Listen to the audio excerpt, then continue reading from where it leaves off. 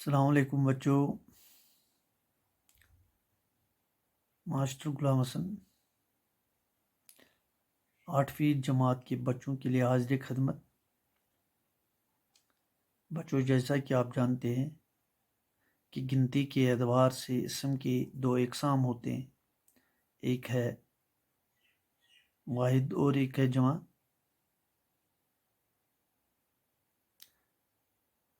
آپ نے پڑھا ہے کہ واحد کسے کہتے ہیں اور جمع کسے کہتے ہیں. چونکہ آج کا موضوع اسی اسم کے متعلق ہے کہ اسم کو بحیثیت مذکر اور بحیثیت مؤنث کیسے استعمال کیا جاتا ہے. میں آپ کو چھوٹی سی مثال پیش کرنا چاہوں گا کہ اگر میں آپ سے پوچھوں آپ کا نام کیا ہے تو آپ بولو گے اجمل. اجمل لڑکا ہے یا لڑکی؟ اجمل لڑکا ہے. اور اجمل کے لیے نر کا لفظ استعمال کیا گیا. اسی طرح سے اگر آسیہ سے پوچھا جائے آسیہ آپ لڑکا ہو یا لڑکی، تو جواب آئے گا لڑکی. اور لڑکی کیونکہ لڑکے کا اپوزٹ ہوتا ہے، اس کا ضد بنتا ہے، اور لڑکی بحیثیت مؤنث استعمال. اور زبان دانوں نے اسی اسم کو ان صورتوں میں استعمال کرنے کے لیے مذکر اور مؤنث کے لفظ استعمال کیے ہیں. بچوں، آج ہمارا موضوع اسی مذکر اور مؤنث پر ہے. مذکر نر کے لیے بولا جاتا ہے، جیسے میں نے ابھی آپ کو بولا لڑکا. اسی طرح مؤنث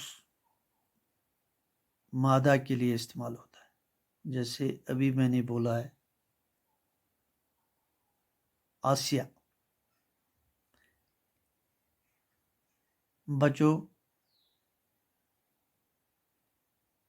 اب آپ سمجھ گئے کہ مذکر کسے کہتے ہیں اور مؤنث کسے کہتے ہیں.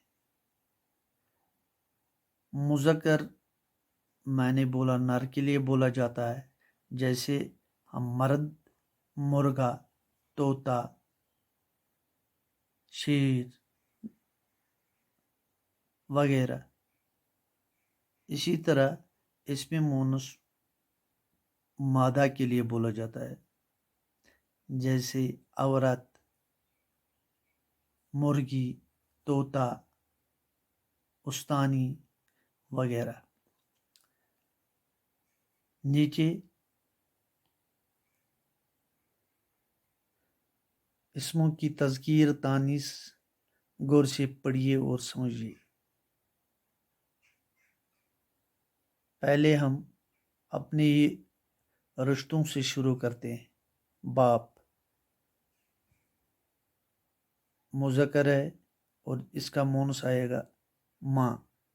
اسی طرح بھائی، بہن، دادا، دادی، چچا، چاچی، سوتیلا، سوتیلی، خالو، خالہ، پوپھا، پوپھی، چچیرا، چچیری، مرغا، مرغی، بیل، گائے، چوزا، چوزی، بھینسا، بھینس، گھوڑا، گھوڑی، کتا، کتی، لومڑا، لومڑی، بکرا، بکری، شیر، شیرنی، ریچھ،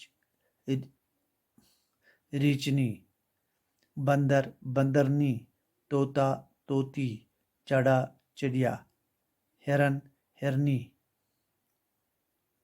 استاد، استانی، دھوبی، دھوبن، نائی، نائن، درزی، درزن، سنار، سنارن، لوہار، لوہارن، بیٹا، بیٹی، چپراسی، چپراسن، یہود، یہودنی، عیسائی، عیسائن، جادوگر، جادوگرنی، ہیرو، ہیرائن، اداکار اداکارن، طالب طالبہ، مالک مالکن، بادشاہ بیگم بادشاہ ملکہ، وارث وارثہ، شائق شائقہ، خادم خادمہ، خصم بیوی۔ بچوں یہ چند الفاظ میں نے لکھے ہیں۔ آپ کو معلوم ہے کہ کچھ الفاظ ایسے بھی ہوتے ہیں جو بصورت مونس ہمیں دکھتے ہیں لیکن وہ مذکر استعمال ہوتے ہیں، اور کچھ جو مونس دکھتے ہیں لیکن بصورت وہ جو مذکر معلوم ہوتے ہیں لیکن بصورت وہ مونس استعمال ہے۔ میں آپ کو ایک مثال پیش کرتا ہوں۔ چاند، چاند بصورت ہمیں مونس دکھائی دیتا ہے، لیکن جب استعمال میں جملے میں استعمال ہوتا ہے تو یہ مذکر آتا ہے۔ چاند نکل آیا جیسے۔ اسی طرح ہم رومال لیتے ہیں، رومال لفظ بصورت مونس دکھائی دیتا ہے لیکن یہ مذکر استعمال ہوتا ہے۔ اس طرح بہت سارے الفاظ ہیں بچوں جو بحثیت مونس یا مذکر استعمال ہوتے ہیں۔ آج کا میرا موضوع یہی مذکر مونس تھا۔ میں نے جو الفاظ لکھے ہیں آپ انہیں قلم بند کیجیے گا، نوٹ کیجیے گا اپنی کاپیوں میں، اور ان کو غور سے پڑھیے گا۔ آج کا موضوع اسی پر ختم ہوتا ہے۔ انشاءاللہ الرحمن کل دوسرا گرامر کا موضوع لے کر میں آپ کی خدمت میں حاضر ہو جاؤں گا۔